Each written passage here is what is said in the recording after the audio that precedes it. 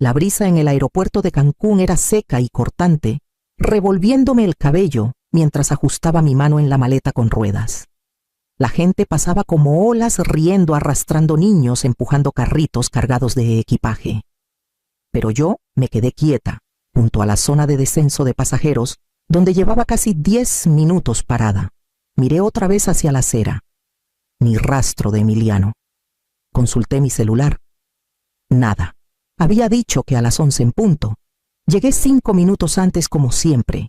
Apreté con más fuerza la correa de cuero de mi maleta de mano, un regalo de él hace 2 Navidades, aunque ahora sospechaba que lo había elegido Valeria.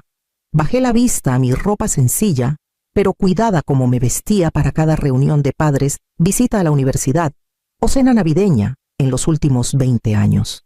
A mis espaldas una camioneta negra se detuvo. Emiliano bajó de un salto seguido por Valeria, ambos con gafas de sol a juego y ropa monocromática que los hacía parecer influencers en plena campaña. Del asiento trasero salió su padre aún en forma aún presumido, todavía llamándome la enfermera, nunca por mi nombre. No me vieron de inmediato. Observé cómo Emiliano sacaba su celular del bolsillo, sus pulgares moviéndose rápido. Pensé que quizás me estaba escribiendo para decir que habían llegado. Y así fue. Mi celular vibró. El avión no es para ti.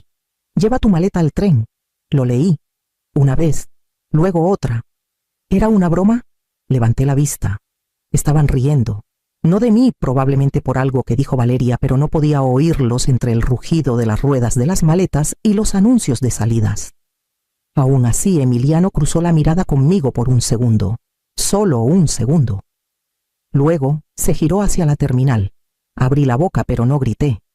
Mis dedos dudaron sobre el celular. Quería preguntar si hablaba en serio. Quería creer que había un malentendido, un error en la reservación, algo que explicara por qué pasaron de largo sin siquiera disminuir el paso. Valeria saludó a alguien dentro. Emiliano la tomó del brazo y entró. Su padre lo siguió. Me quedé en la acera con los pies plantados y la respiración atrapada entre un suspiro y un colapso. Abrí el itinerario compartido. El número de confirmación había desaparecido. Mi nombre ya no estaba. No había empacado de más, solo un par de conjuntos bien pensados, un vestido negro sencillo para la cena de aniversario, y mi libreta, la que siempre llevaba en los viajes familiares para anotar recibos, actividades y pronósticos del tiempo. La abrí de todos modos. Cada reservación de cena, cada excursión en el puerto, cada número de contacto, yo me había encargado de todo. Semanas de investigación y reservas, la mayoría pagadas por adelantado con mi tarjeta. Ellos iban, sin mí, y ninguno tuvo el valor de decírmelo a la cara. No lloré, no hablé. Solo me di la vuelta, caminé hasta el final de la acera y llamé un taxi. La puerta se cerró con un clic suave y la ciudad afuera ya se desvanecía bajo la bruma gris de Cancún. No miré atrás. En Mérida, la luz es diferente, más suave, más tranquila. Las nubes se mueven despacio y las banquetas aún recuerdan mis pasos de cuando Emiliano era pequeño y yo empujaba su carriola al atardecer, rezando para que se durmiera antes de que tuviera que terminar de calificar exámenes para mi certificación nocturna. Es curioso lo que vuelve a la mente cuando todo se derrumba. No podía dejar de pensar en el Chevy, su primer coche. Tenía 19 años y la transmisión falló en plena semana de exámenes. Me llamó en pánico ya al borde del colapso. Salí temprano del trabajo, le presté mi coche y pasé el fin de semana negociando con un mecánico, poniendo la reparación en una tarjeta que seguí pagando 3 años después. Nunca preguntó si necesitaba ayuda para cubrirlo. Luego estaba el contrato de renta, su primer departamento en Guadalajara en 3er año de la universidad. Quería vivir fuera del campus, decía que los dormitorios eran muy ruidosos. Firmé como aval sin dudarlo. Me dije que era normal, lo que cualquier madre haría. Cuando no pagó un mes por un problema con la beca de trabajo, también lo cubrí. Ni siquiera lo mencioné. ¿Para qué Valeria apareció poco después de que se mudara a Cancún? Pulida, segura de sí misma, el tipo de mujer que puede dominar una sala con una mirada y apagarla con la siguiente. Cuando sugerí que cenáramos todos juntos el próximo domingo que vinieran, ella sonrió sin mostrar los dientes y dijo: «Qué lindo». Muy de antes. Recuerdo haberme sentido más pequeña. No por fuera mantuve la voz calmada, la expresión amable. Pero por dentro una voz que no escuchaba en años susurró: «Aquí no encajas». Me convencí de que lo imaginaba. Siempre hago eso, ignoro mis instintos para mantener la paz. La última reunión familiar que organicé fue el brunch de su compromiso. Hice las reservaciones, pagué el depósito, arreglé las flores. Llegaron 40 minutos tarde y no lo mencionaron. Al final Emiliano me abrazó distraído, ya mirando su celular. Valeria se fue sin despedirse. Aún lavé los platos al llegar a casa, aunque solo eran unos pocos. Recuerdo mirar las burbujas de jabón y pensar: esto ya no se siente como familia. Ahora de pie en mi cocina con el calendario del refrigerador aún marcado con crucero 6-13 de mayo lo entendí. No había dejado de sentirse como familia. Ellos simplemente dejaron de fingir. La casa estaba quieta. Esa quietud que no te da la bienvenida solo confirma que nunca te extrañaron. Dejé mi bolsa en la entrada y caminé directo a la cocina, no porque tuviera hambre, sino porque ahí iba cuando no sabía qué hacer conmigo misma. La nota adhesiva seguía en el refri. Gracias por cuidar la casa. No olvides regar los helechos. Sin nombre, sin cariño, solo instrucciones. La arranqué y la miré un buen rato antes de arrugarla en una bola y tirarla al bote. Rebotó en el borde y cayó al suelo. La dejé ahí. El calendario del refri aún tenía el recordatorio en rojo brillante, crucero familiar, 6-13 de mayo. Amalia paga los gastos. Esa parte no se había actualizado. Claro que no. Abrí mi laptop y entré a la cuenta de la tarjeta que usaba para cosas de la familia. La reservación del crucero estaba al inicio junto con cargos que no había notado antes: paquetes de vino, cabinas mejoradas, reservaciones de spa. Uno por uno revisé cada recibo, viendo los cargos que se habían acumulado, mientras me borraban del viaje que yo había pagado. C24.000, mejora a cena premium. C4.500, crédito para bebidas a bordo. C60.000, pago final del crucero, 4 pasajeros. Mi nombre no estaba en los detalles de los pasajeros. No lo olvidaron, lo planearon. Pasaron de largo en la terminal, no con sorpresa ni culpa, sino con naturalidad. Ahora lo veía la cronología de todo. Cómo Emiliano dejó de reenviarme correos sobre el crucero. Cómo Valeria esquivó mis preguntas sobre las asignaciones de cabinas. Cómo nadie confirmó mi vuelo. Seguí revisando el historial de pagos. Los depósitos comenzaron hace 3 meses. El día después de que les reenvié el reembolso por cancelar mis vacaciones a Puerto Vallarta, cerré el navegador y me recosté. No fue el monto lo que dolió, ni siquiera el haberme quedado atrás. Fue darme cuenta de que en algún momento dejaron de tratarme como persona y me convirtieron en una línea en un estado de cuenta. Silenciosa, conveniente, siempre confiable. Pero ya no iba a ser un activo invisible. No dormí esa noche. No por enojo, al menos no del tipo que estalla. Era un enojo más frío. De esos que te enfrían desde adentro y te mantienen con los ojos abiertos mucho después de que la habitación se oscurece. A las 2:17 de la madrugada, me senté en la mesa de la cocina con un montón de sobres sin abrir y mi laptop. La casa crujía suavemente a mi alrededor, los helechos intactos aún esperando agua. Abrí mi banca en línea y comencé a revisar hacia atrás. Al principio solo confirmé lo que ya sabía: cargos del crucero, reservaciones de hotel, cenas, pero seguí. Spotify Premium, C300 almacenamiento en la nube, C200 seguro de auto, no el mío, seguro médico, tampoco el mío. Abrí cada uno. El nombre de Emiliano en uno, el correo de Valeria en otro, mi cuenta en todos. Luego vinieron las transferencias automáticas mensuales discretas desapercibidas. C6.000 aquí, C4.000 allá, configuradas como apoyo durante la transición laboral. Excepto que la transición laboral había terminado hace más de un año. Nunca las desactivaron. Y yo nunca lo noté. Revisé mi nombre en cada pago activo, el plan familiar de Netflix, la cuenta compartida del celular, incluso el sistema de seguridad de su departamento. Vi el contacto de facturación, mi correo, mi tarjeta. No era solo generosidad, no era ayuda ocasional, era infraestructura. Me había convertido en un sistema como el Wi-Fi o la electricidad. Algo que esperaban que funcionara en silencio confiable e invisible. Y cuando no lo hacía era un fallo, una molestia. Me recosté en la silla y dejé que el silencio me envolviera. Ninguno de esos gastos vino con una petición. Nadie preguntó. Ni una vez. Solo asumieron que diría que sí porque siempre lo había hecho. Pero esa suposición había vaciado algo en mí que no sabía que me faltaba, hasta que me quedé parada en el aeropuerto viendo a mi familia subir a un crucero que yo pagué. El tipo de cosa que solo haces cuando estás seguro de que la persona que paga no te detendrá.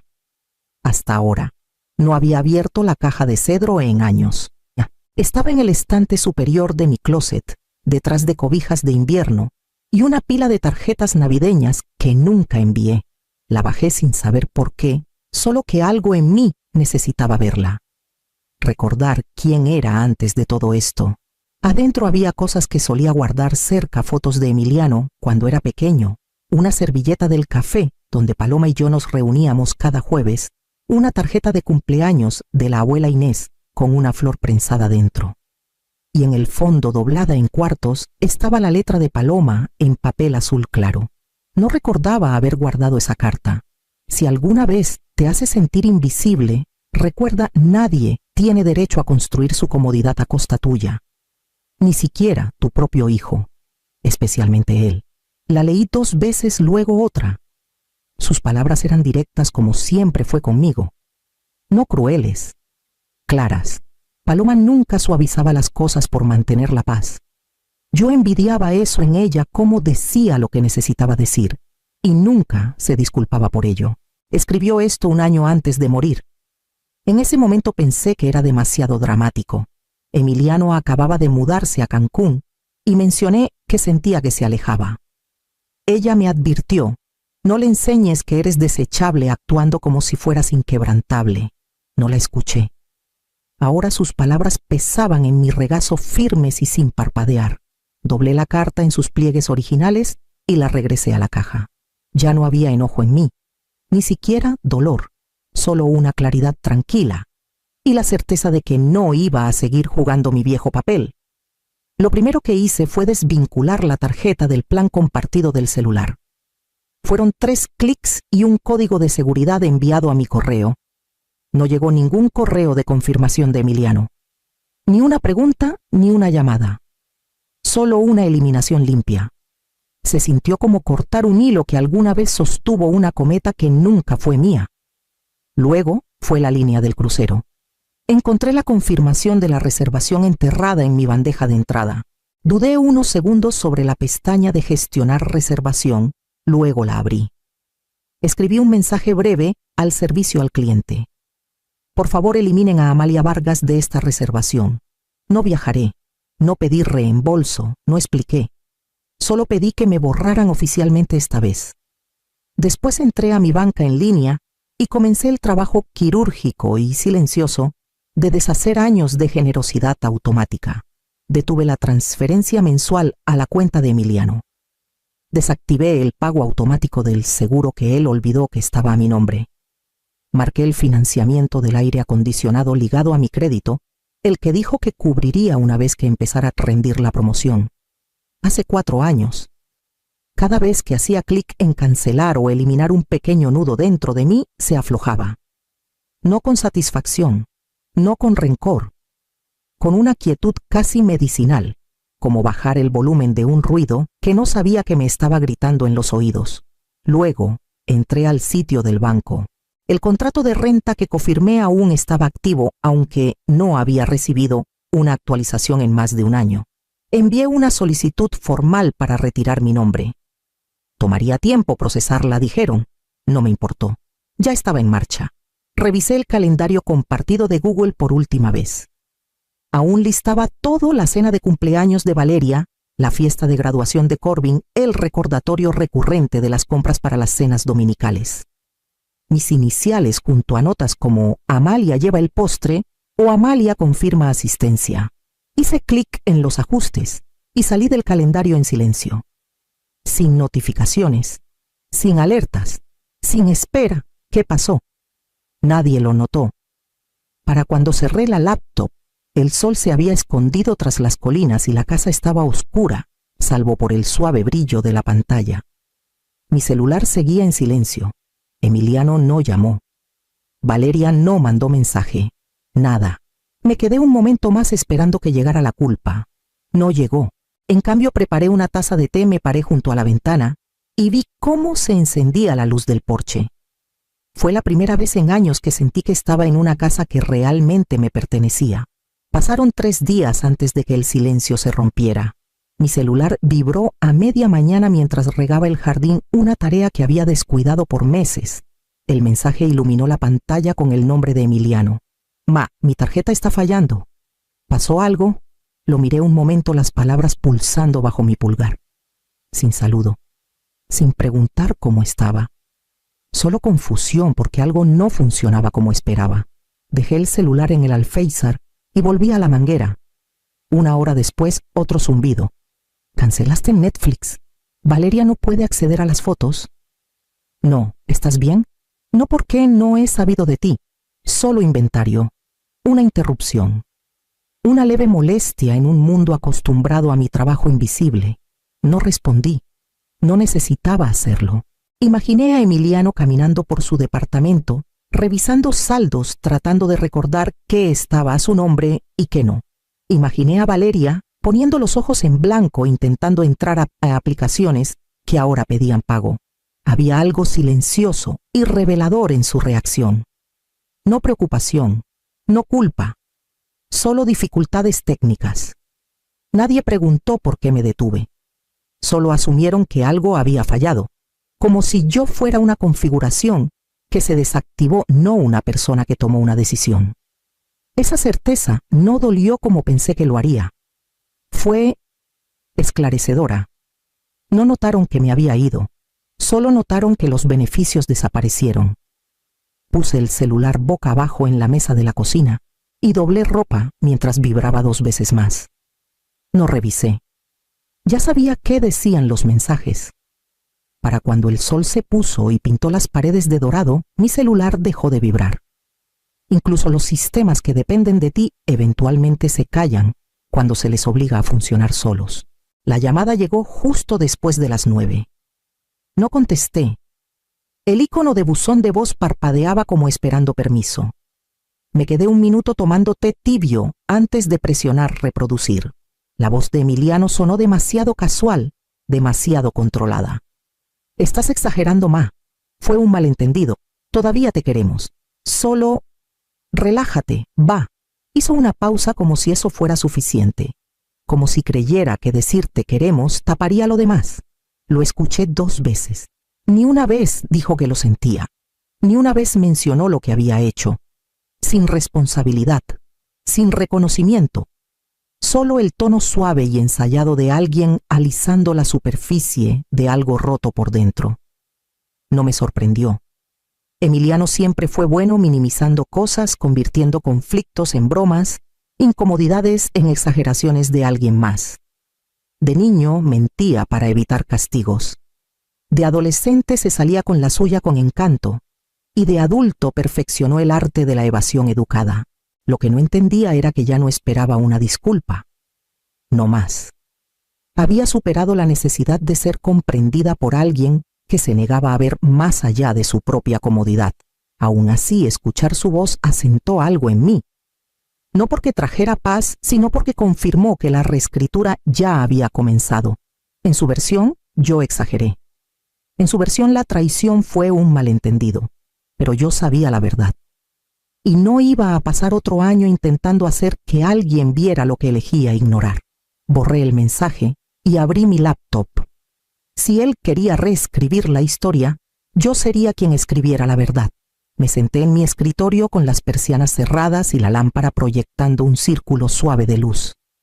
La hoja de cálculo ya estaba abierta, filas codificadas por colores, transacciones etiquetadas, fechas que retrocedían años. La organicé no por drama, sino por claridad. Abrí la app de notas de voz y presioné grabar.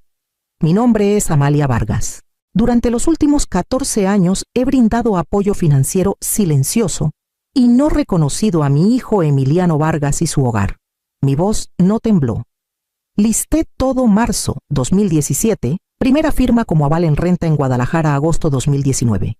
Cuenta dental de emergencia para Valeria C. 15,000. Octubre 2020, vacaciones familiares en Los Cabos. Costo total cubierto por mí. Recurrente desde 2021 hasta ahora. Transferencia mensual C6,000 marzo 2023. Depósito del crucero C24,000 abril 2023. Saldo del crucero y mejoras C60,000 6 de mayo de 2023. Me dejaron en el aeropuerto sin culpas, sin editorializar, solo hechos. Hice una pausa breve y añadí: ni una vez me preguntaron si podía costear estas contribuciones. Ni una vez me agradecieron de manera significativa. Dieron por hecho que siempre estaría ahí. Cuando terminé, guardé el archivo y lo titulé Amalia Verdad Declaración.mp3. No se lo envié a Emiliano, no aún, tal vez nunca. En cambio lo mandé por correo a mi ahijada Elena, quien una vez me dijo que deseaba que su propia madre hubiera puesto límites. Lo envié a Paloma, que me había visto cargar demasiado por demasiado tiempo, y a mi prima Lorena, que una vez pagó en silencio la deuda de su hermana y nunca se lo dijo a nadie. Adjunté la hoja de cálculo también. Luego cerré la laptop, me recosté en la silla y dejé que el silencio se asentara. No había nada más que explicar. La verdad estaba documentada ahora. Paloma vino ese domingo con un sobre marrón en la mano y una mirada que me dijo que ya sabía. Encontré esto en el fondo de una caja marcada, cosas de Inés, dijo, dejándolo suavemente en la mesa de la cocina. Tenía tu nombre. No se quedó. Solo me apretó la mano y se fue sin hacer preguntas. Miré el sobre un buen rato antes de abrirlo. La letra era inconfundible, el trazo cursivo de la abuela Inés cuidadoso, incluso en sus últimos años. Adentro había una sola página doblada 2 veces. Amalia, deja de hacerte pequeña para que otros se sientan grandes. No les debes tu silencio. No les debes tu paz. No eres el problema solo porque decidiste dejar de ser su solución. Leí la carta 2 veces, luego una tercera, siguiendo las marcas donde su pluma había presionado con fuerza en el papel. Sus palabras no ofrecían consuelo, ofrecían claridad, permiso, algo que no sabía que necesitaba hasta que lo tuve en las manos. Por primera vez desde el aeropuerto las lágrimas llegaron. No en un torrente, no dramáticas. Solo una liberación tranquila y constante, no por el dolor, sino porque alguien me había visto. Alguien lo había nombrado mucho antes de que estuviera lista para admitirlo. Doblé la carta y la guardé en el cajón junto a mi cama. No para esconderla, sino para tenerla cerca. Esa noche dormí con la ventana entreabierta, el aire fresco rozándome la piel. Sin sueños, sin alertas en el celular, solo quietud. Por la mañana supe qué tenía que hacer después. La chequera estaba enterrada en un cajón bajo cupones vencidos y garantías. No había escrito un cheque en meses, pero lo llené con cuidado como cuando firmaba permisos escolares para Emiliano Preciso deliberado. C3,500, un saldo pendiente que prometió devolver pero nunca mencionó de nuevo. Una cantidad pequeña, pero que seguía en mi registro sin pagar como un eco que no podía silenciar. Doblé el cheque en un sobre blanco junto con una sola nota. Mi nombre no financia a nadie más que a mí ahora. No incluí dirección de remitente. En mi escritorio abrí el calendario familiar por última vez. Pasé por cumpleaños, cenas, fechas de vacaciones y viejos recordatorios que creé para mantener todo a flote. Luego hice clic en eliminar calendario. El sistema preguntó si estaba segura. Lo estaba. Creé uno nuevo, en blanco tranquilo, con una sola entrada hasta ahora. La escribí despacio y di guardar. El tiempo de Amalia. No necesitaba el nombre de nadie más. No necesitaba el permiso de nadie. Y por primera vez en tanto tiempo como podía recordar el espacio a mi alrededor, finalmente se sintió mío.